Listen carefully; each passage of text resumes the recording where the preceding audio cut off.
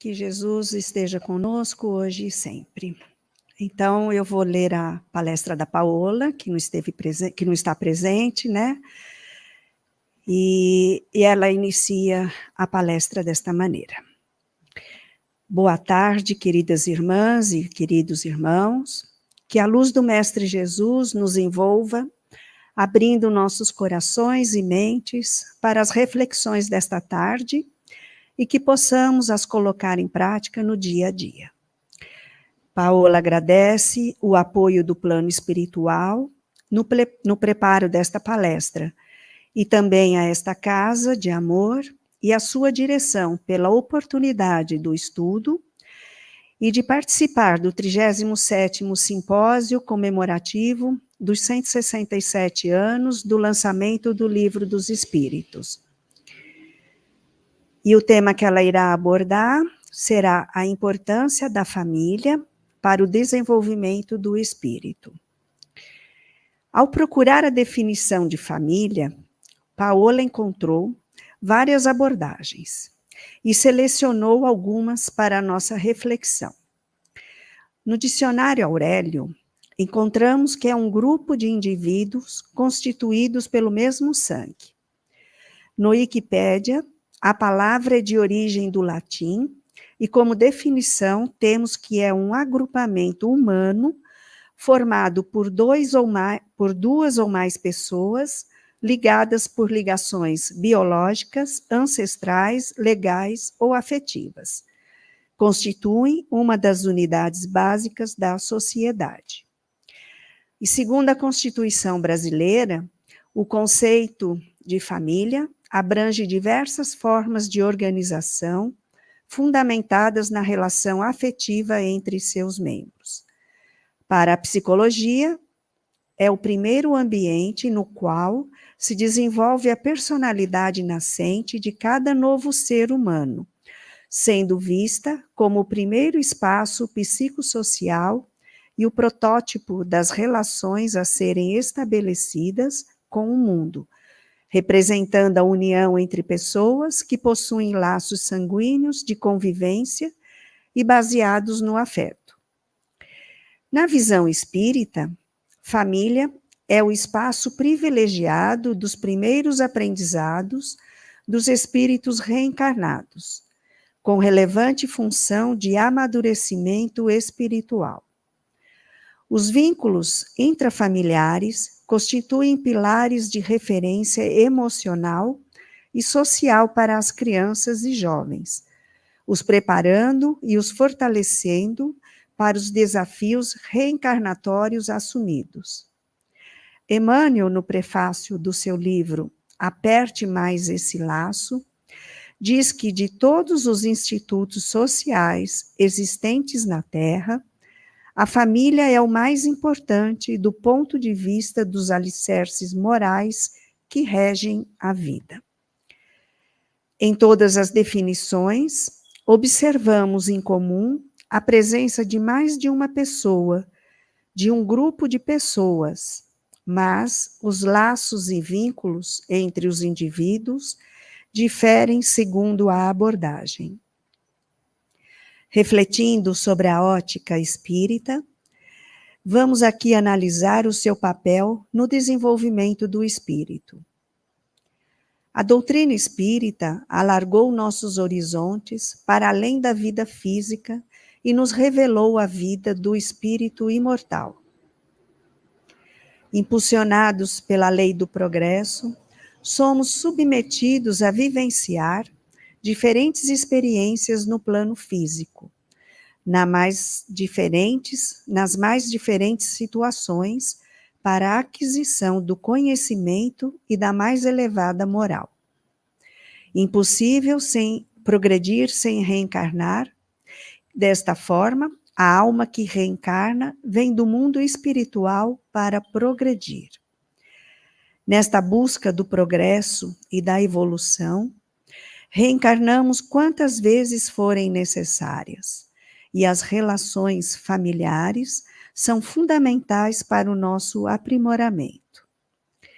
Encontramos como resposta à pergunta: 775 do Livro dos Espíritos, qual seria para a sociedade o resultado do relaxamento dos laços familiares? A resposta: uma recrudescência do egoísmo. Ensinam-nos os benfeitores espirituais, na questão 913 do mesmo livro, que do egoísmo deriva todo o mal. Se analisarmos todos os vícios existentes, veremos que no fundo de todos se encontra o egoísmo. Quem nesta vida quiser se aproximar da perfeição moral, deve extirpar do seu coração todo sentimento de egoísmo que existe, porque é incompatível com a justiça, o amor e a caridade. Ele neutraliza todas as outras virtudes. Deus, nosso Pai, conhecendo profundamente a fragilidade de seus filhos e os perigos que o egoísmo oferece para o progresso, criou um mecanismo para auxiliar a combatê-lo: a família. Nela, a proximidade física e os laços de afetividade trabalham diariamente para a destruição deste vício. Existem as famílias espirituais e as famílias corporais. As espirituais, ligadas pelos laços do espírito, pelas afinidades, são duráveis, se fortalecem pela depuração, crescimento e evolução dos seres que se reencontram no mundo dos espíritos, através de diversas migrações da alma. A misericórdia divina proporciona também seu reencontro periódico no plano físico, com a reencarnação. Seus membros estão ligados pelos laços eternos de amor. As famílias corporais, ligadas somente pelos laços corpóreos, são frágeis como a matéria. As diferenças e as dificuldades de convivência revelam a necessidade de esforço, de dedicação e empenho para que possa ser transformada em uma extensão da família espiritual. A necessidade de vivermos e convivermos pelos laços consanguíneos faz com que acabemos desenvolvendo os vínculos de afetividade, seja entre espíritos afins ou devedores que se reencontram. Isto para que um dia possamos formar a família universal que Jesus mencionou: um só rebanho, um só pastor. Não existe acaso na criação, e a benfeitora Joana de Ângeles, no livro Constelação Familiar, esclarece no capítulo 1.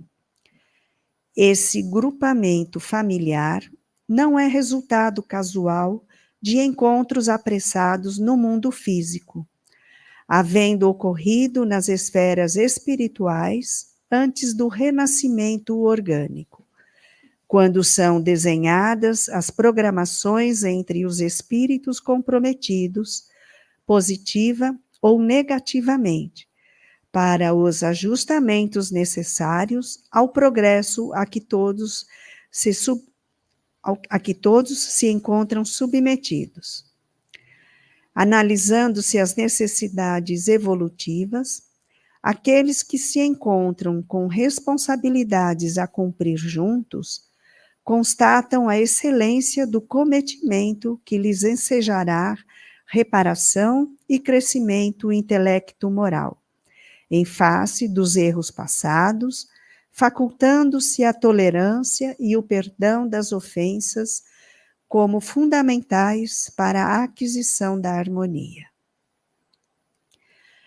Com o convívio, aprendemos, pelo menos deveríamos aprender, a amar o nosso próximo, a ceder mais, a sermos menos egoístas.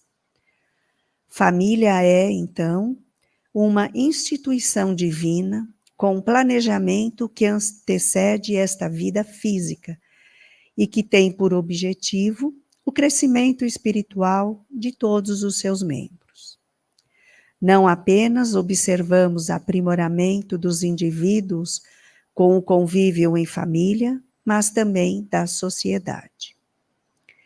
No mesmo livro, Joana de Ângeles nos diz que a família é a base fundamental sobre a qual se ergue o imenso edifício da sociedade. Toda vez que a família se enfraquece, a sociedade experimenta conflitos, sendo abalada nas suas estruturas. Infelizmente, por desconhecer a finalidade desta instituição tão importante, chamada família, grande parcela da humanidade despreza sua estrutura e desvaloriza seus laços consanguíneos e afetivos. O lar terreno, na visão espírita, representa uma abençoada oportunidade de aprendizado e prática das leis divinas, propiciando o encontro de espíritos amigos de outras existências, assim também o devido reajuste com os desafetos de existências passadas. Emmanuel, no livro O Consolador, ensina que os estabelecimentos de ensino, propriamente do mundo, podem instruir, mas só o Instituto da Família pode educar. É por essa razão que a universidade poderá fazer o cidadão, mas somente o lar pode edificar o homem. Sob tal ótica, os pais e familiares são evangelizadores por excelência, assumindo séria tarefa educativa junto às crianças e aos jovens que compõem seu núcleo familiar. Segundo o Livro dos Espíritos, na pergunta 582, Deus colocou o filho sob a tutela dos pais, a fim de que estes o dirijam pela senda do bem. Santo Agostinho endereçou aos pais importante mensagem sobre seu papel diante dos filhos, encontrada no capítulo 14 do item 9 do Evangelho segundo o Espiritismo. Inteirai-vos dos vossos deveres e ponde todo o vosso amor em aproximar de Deus essa alma. Tal a missão que vos está confiada e cuja recompensa recebereis, se fielmente a cumprides. Os vossos cuidados e a educação que lhe dareis auxiliarão o seu aperfeiçoamento e o seu bem-estar futuro. Lembrai-vos de que a cada pai e a cada mãe perguntará a Deus: que fizestes do filho confiado à vossa guarda? Tendo em vista a relevante orientação, os núcleos familiares devem promover um ambiente doméstico afetuoso, harmônico, coerente e evangelizador, de modo a favorecer o desenvolvimento moral dos filhos e a orientá-los para o caminho do bem. O Evangelho no Lar representa especial momento de estudo em família, convivência e aprendizagem, e as reuniões de pais e familiares, oferecidos pelas instituições espíritas, também são muito importantes para auxiliar a uma melhor compreensão da sublime oportunidade da maternidade e da paternidade. Referindo-se às atividades da evangelização espírita, os espíritos convidam: conquanto seja o lar a escola por excelência, os pais jamais deverão se descuidar de aproximar seus filhos dos serviços da evangelização, em cujas abençoadas atividades se propiciará a formação espiritual da criança e do jovem diante do porvir. Palavras de Bezerra de Menezes. Que os pais enviem seus filhos às escolas de evangelização, se interessando pelo aprendizado evangélico da prole, indagando, dialogando, motivando, acompanhando. Palavras de Guilhom Ribeiro. E Emmanuel: como esperar o aprimoramento da humanidade sem a melhoria do homem? E como aguardar o homem renovado sem o amparo à criança? Portanto, quando reencarnamos, já chegamos ao mundo físico, devendo gratidão aos nossos pais biológicos pela oportunidade do regresso, como nos ensina o Evangelho segundo o Espiritismo, no capítulo 14. Os laços de sangue não estabelecem necessariamente os laços entre os espíritos.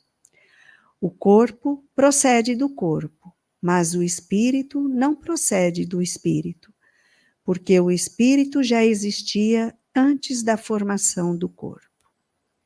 O pai não gera o espírito do filho, fornece-lhe apenas o envoltório corporal, mas deve ajudar seu desenvolvimento intelectual e moral para fazê-lo progredir.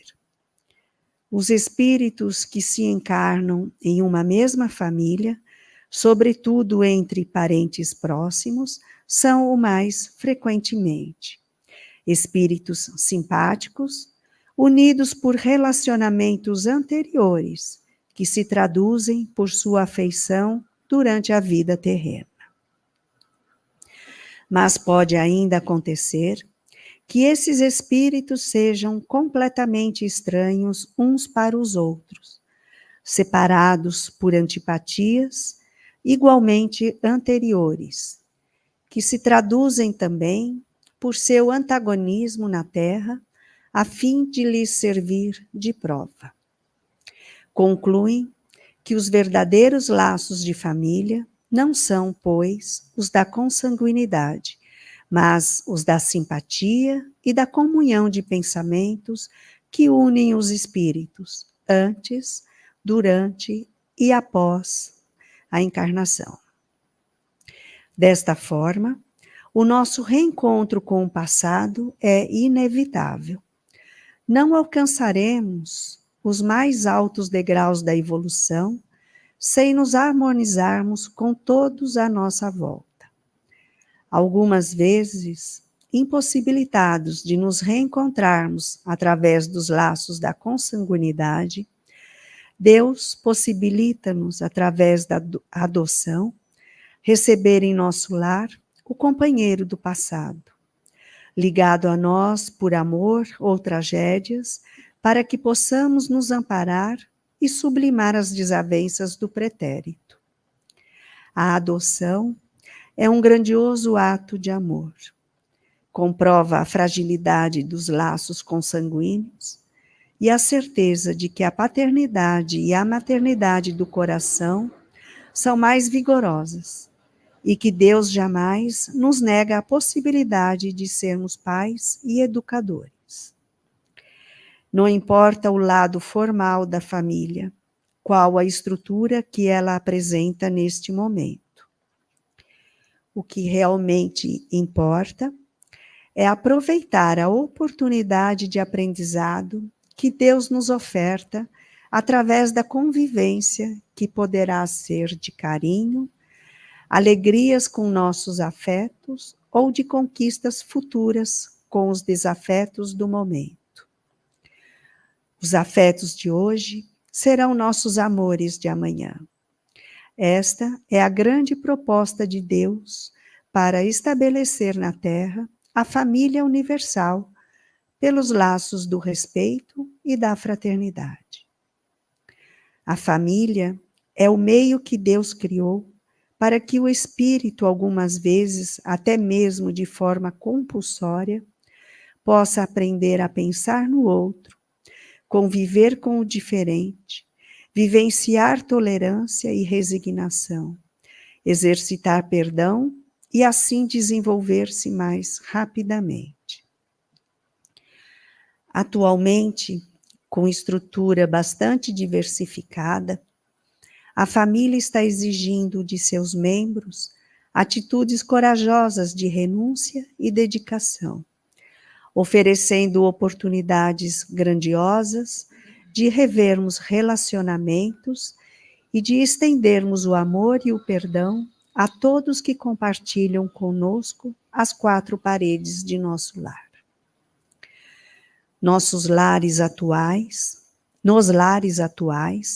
encontramos situações delicadas e desafiadoras, onde a dependência química, a violência, as dificuldades financeiras, as doenças, a ingratidão, a solidão, a traição e o desrespeito incorporam-se à rotina da família, que, quando frágil, desconhecendo o endereço do amor ensinado por Jesus, se deixa vencer pelo desânimo, abandono, desespero, ódio, culpa, mágoas e pela revolta. Torna-se urgente o despertar do ser para o entendimento de sua realidade espiritual, para que possa compreender que as situações difíceis, dentro e fora do lar, não são castigos. Não existem vítimas na criação divina. São situações geradas por nós mesmos, espíritos imortais em trabalho de aprendizado e evolução. E existe sempre uma finalidade para todos os desafios que vivenciamos. As experiências na trajetória física são lições de sabedoria para a ascensão do espírito. Somente o amor nos oferece os recursos poderosos da paciência, da coragem, da perseverança, do perdão, da compreensão e da confiança em Deus. Na sociedade, poderemos ser excelentes profissionais, grandes oradores e até termos fama e projeção social. Mas, se no lar estivermos devendo respeito, atenção, indulgência, entendimento e amor, de nada nos valerá a evidência na vida, pois falharemos em nossos maiores compromissos. Nada é mais do que o sucesso nas nossas relações familiares. E é assim que, neste convívio familiar, vamos procurando nos entender, nos acertar com os nossos próximos mais próximos. Vamos diminuindo o nosso egoísmo, aprendendo a dividir, a repartir, a dar atenção, a conviver com o diferente de nós e a aceitar as pessoas como elas são. Fora do lar, é mais fácil pensarmos somente em nós. Usamos máscaras que favorecem nossos relacionamentos com as outras pessoas, para que possamos ser aceitos. Mas é na intimidade da família que demonstramos nossos valores morais e quem verdadeiramente somos. O lar é a escola que Deus criou para que pudéssemos aprender a convivência fraterna, a amar de diferentes formas. A família nos dá a oportunidade de amar como pais, como filhos, enteados, irmãos, primos, avós, tios, sogro, sogra, genro, nora, madrasta, padrasto e a todos aqueles que a vida traz para perto de nós. Em Jesus no Lar, capítulo 1, Nélio Lúcio, através de Francisco Cândido Xavier, relembra Jesus orientando. O berço doméstico é a primeira escola e o primeiro templo da alma. A casa do homem é a legítima exportadora de caracteres para a vida comum. A paz do mundo começa sob as telhas a que nos acolhemos. Se não aprendermos a viver em paz entre quatro paredes, como aguardar a harmonia das nações? Se não nos habituarmos a amar o irmão mais próximo, associado à nossa luta de cada dia, como respeitar o eterno Pai que nos parece distante? Paola diz: assim, queridos irmãos e irmãs, vamos aproveitar estes ensinamentos para refletirmos sobre as nossas famílias. Como tem sido a convivência com os nossos familiares? Temos oferecido o nosso melhor? Estamos verdadeiramente seguindo os ensinamentos de Jesus e contribuindo para o nosso desenvolvimento espiritual e para o desenvolvimento espiritual da nossa família? Apenas refletindo, renovando as nossas atitudes e exercitando nossa imprescindível missão de amor em nossa família, contribuiremos para a chegada da nova era do mundo de regeneração. E Paola termina a palestra desejando que Jesus nos ilumine e abençoe sempre, assim como as nossas famílias. Uma boa reunião a todos.